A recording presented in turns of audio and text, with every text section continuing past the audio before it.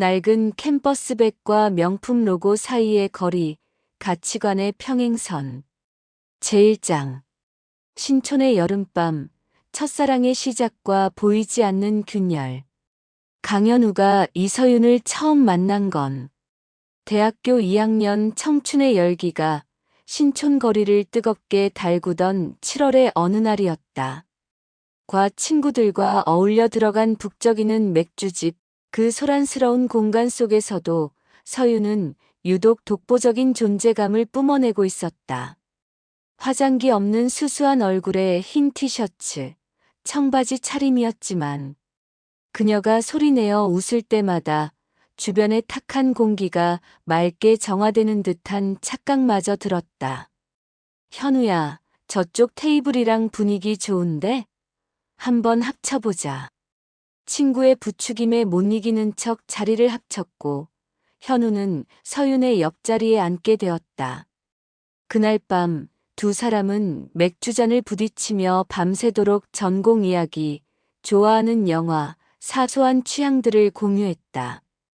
연애 초반의 데이트는 풋풋함 그 자체였다. 홍대 놀이터 잔디밭에 앉아 1,000원짜리 길거리 음식을 나눠 먹고 해질녘 한강 둔치에서 편의점 라면을 끓여 먹는 것만으로도 세상 모든 것을 가진 기분이었다. 현우는 낮에는 학교 수업을 듣고 밤에는 편의점 야간 아르바이트를 하며 데이트 비용을 마련했다. 서윤 역시 학교 근처 작은 카페에서 성실히 아르바이트를 했다. 두 사람은 매번 데이트 비용을 정확히 반으로 나누는 더치페이를 철칙으로 삼았다. 주머니 사정이 가벼운 학생 신분이었지만 현우는 그것이 서로에 대한 존중이자 공정함이라 믿었다. 하지만 그 견고해 보이던 평화의 첫 번째 균열이 간 것은 연애 한 달째 되던 날이었다. 명동 입구에서 현우를 기다리던 서윤의 어깨에는 평소 보지 못했던 은은한 광택이 흐르는 가죽 가방이 걸려 있었다. 가방 중앙에는 누구나 알 법한 시사의 로고가 선명하게 박혀 있었다. 가방 예쁘네. 새로 산 거야? 응, 엄마가 다음 달 내 생일 선물 미리 사주셨어. 어때, 나랑 잘 어울려. 서윤은 아이처럼 해맑게 웃으며 가방을 뽐냈지만 현우는 그 순간 묘한 이질감을 느꼈다. 그날 밤 현우는 자취방에 돌아와 조용히 노트북을 켰다. 검색창에 나타난 가방의 가격은 무려 250만 원. 현우가 꼬박 한 학기 동안 잠을 포기해가며 편의점 카운터를 지켜야 벌 수 있는 거액이었다. 부모님이 사주신 거니까라며 억지로 마음을 다잡았지만 그날 이후 현우의 눈에는 예전에 보이지 않던 것들이 가시처럼 박히기 시작했다. 제2장. 제주도의 푸른 밤, 그리고 드러난 가치관의 절벽.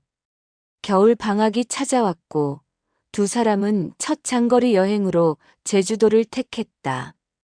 현우는 설레는 마음으로 며칠 밤을 새워 가성비 맛집과 저렴하고 깔끔한 숙소 리스트를 뽑았다. 그는 하룻밤에 5만 원 하는 바다가 살짝 보이는 깔끔한 게스트하우스를 추천하며 서윤에게 링크를 보냈다. 그러나 서윤의 답장은 차가웠다. 현우야, 우리 첫 여행이잖아. 잠자리가 불편하면 여행 전체 기분을 망칠 수도 있어. 여기 어때? 내 친구들이 갔는데 정말 좋았대. 서윤이 보내온 곳은 하룻밤 숙박비만 30만 원에 달하는 유명 특급 호텔이었다. 3박 4일 일정이라면 숙박비로만 100만 원 가까이 지출해야 했다. 현우는 가슴이 답답해졌다. 서윤아, 우린 아직 학생이잖아. 숙소에 너무 큰 돈을 쓰기보다는 그 돈으로 맛있는 걸 한 번 더 사 먹는 게 낫지 않을까? 돈이야 나중에 직장 다니면서 벌면 되지만 지금 우리가 느끼는 이 설렘은 다시 안 오잖아. 난 내가 감당할 수 있는 선에서 최고의 추억을 남기고 싶어. 결국 두 사람은 1박 15만 원의 펜션으로 타협했지만 여행 내내 현우는 계산기를 두드리는 마음으로 지내야 했다. 서유는 유명 셰프가 운영하는 레스토랑의 웨이팅을 당연하게 여겼고 렌터카도 옵션이 가득한 최신형 모델을 원했다. 그녀에게 그 가방과 호텔은 특별한 사치가 아닌 그녀가 자라온 환경에서는 지극히 당연한 보통의 기준이었다. 서윤의 부모님은 외동딸에게 명품을 사줄 여유가 있는 분들이었고 서윤은 그 풍족함을 죄책감 없이 누리며 자랐다. 반면 현우의 부모님은 아들의 생일에 5만 원권을 봉투에 정성껏 담아주며 공부하느라 힘들지 맛있는 거 사 먹어라고 말씀하시는 검소한 분들이었다.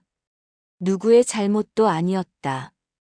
다만 돈을 대하는 태도라는 뿌리 깊은 가치관에 나무가 서로 전혀 다른 방향을 향해 자라고 있었을 뿐이었다. 취업 준비라는 현실의 벽 앞에 선 4학년 봄, 두 사람은 싸우지도 않고 자연스럽게 멀어졌다. 마지막 작별 인사를 나누던 카페에서 서유는 여전히 세련된 명품 백을 메고 있었고 현우는 모서리가 해진 낡은 캠퍼스 백을 메고 있었다. 그 가방 사이의 거리만큼이나 두 사람의 세계는 이미 멀어져 있었다. 제3장 명품 로고를 경계하는 남자, 트라우마 혹은 자기 방어. 시간이 흘러 현우는 이름만 대면 누구나 아는 대기업의 대리가 되었다. 연봉은 또래보다 높았고 통장 잔고도 넉넉해졌지만 그의 생활 방식은 대학 시절과 크게 다르지 않았다.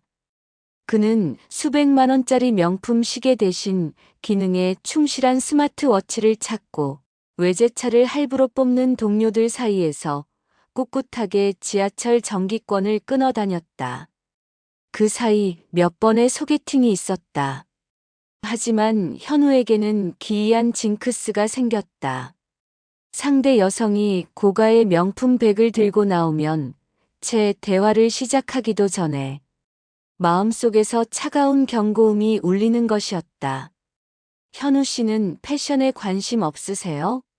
이번에 출시된 모 브랜드 한정판 운동화가 정말 예쁘더라고요.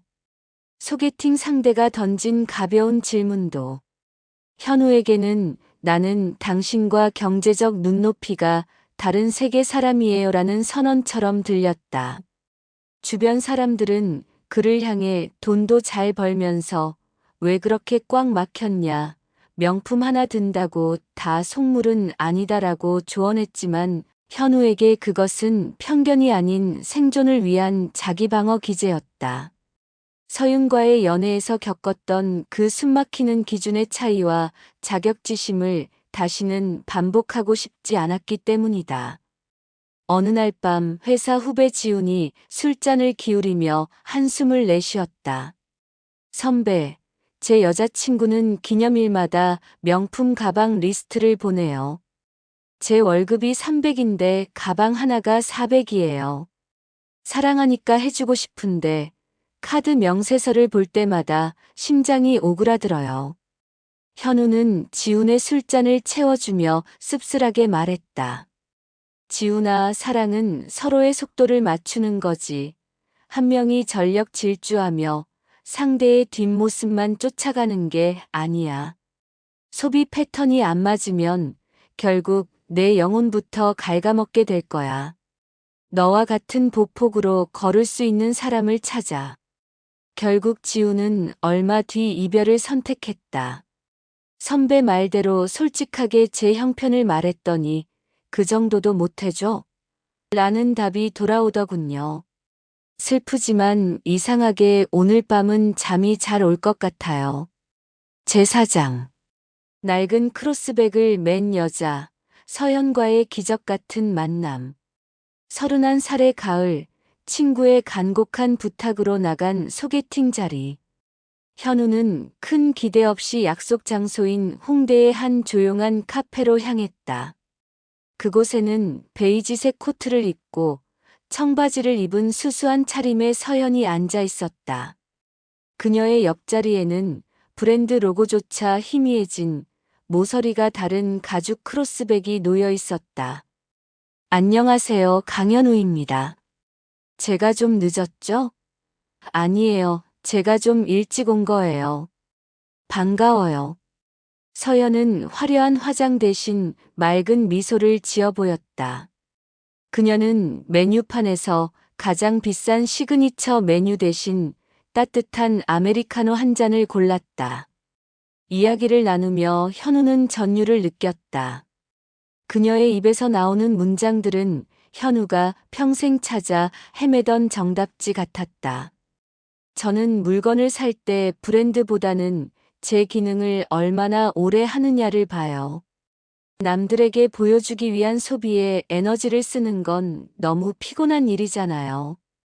그 돈을 아껴서 나중에 제가 진짜 소중하게 생각하는 사람들, 이를테면 부모님, 환갑 여행 같은 곳에 쓰는 게 훨씬 멋진 일이라고 생각해요. 현우는 처음으로 소개팅 자리에서 시계를 보지 않았다. 두 사람은 1인당 10만 원이 넘는 오마카세 대신 골목 끝자락에 숨겨진 낡은 만두집에서 소주잔을 기울였다. 2만 원도 안 되는 안주였지만 그 어떤 산의 진미보다 달콤했다. 서연이 웃으며 말했다.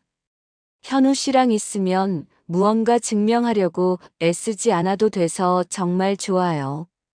그냥 제 모습 그대로 있어도 충분하다는 기분이 들거든요. 제오장. 진정한 명품은 가방이 아니라 함께 걷는 사람이다. 결혼 준비는 기적에 가까울 정도로 평온했다. 흔히들 겪는다는 예물, 예단 갈등은 애초에 존재하지도 않았다. 현우가 조심스럽게 명품 가방 하나는 해주고 싶다고 제안했을 때 서연은 단호하면서도 다정하게 거절했다.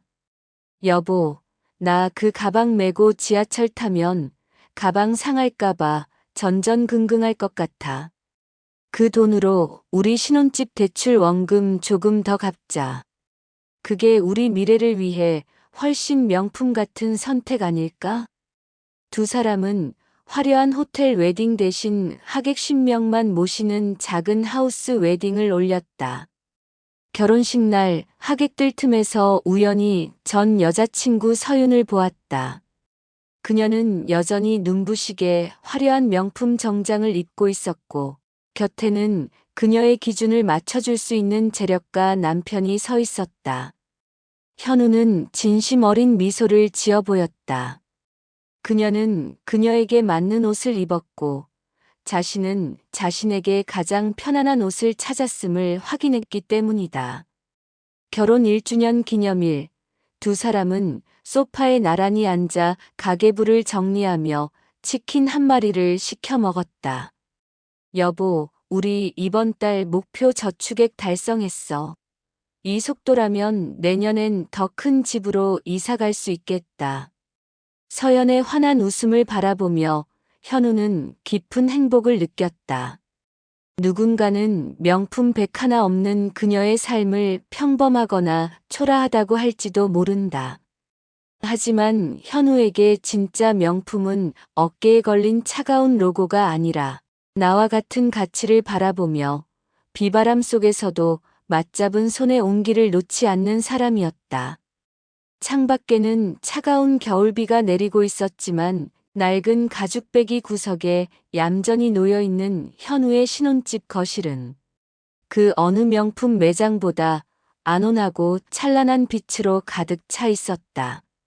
현우는 아내의 손을 꼭 쥐며 생각했다. 명품 백을 든 여자를 만나지 않기로 한 그날의 다짐이 결국 나를 이 천국으로 이끌었구나.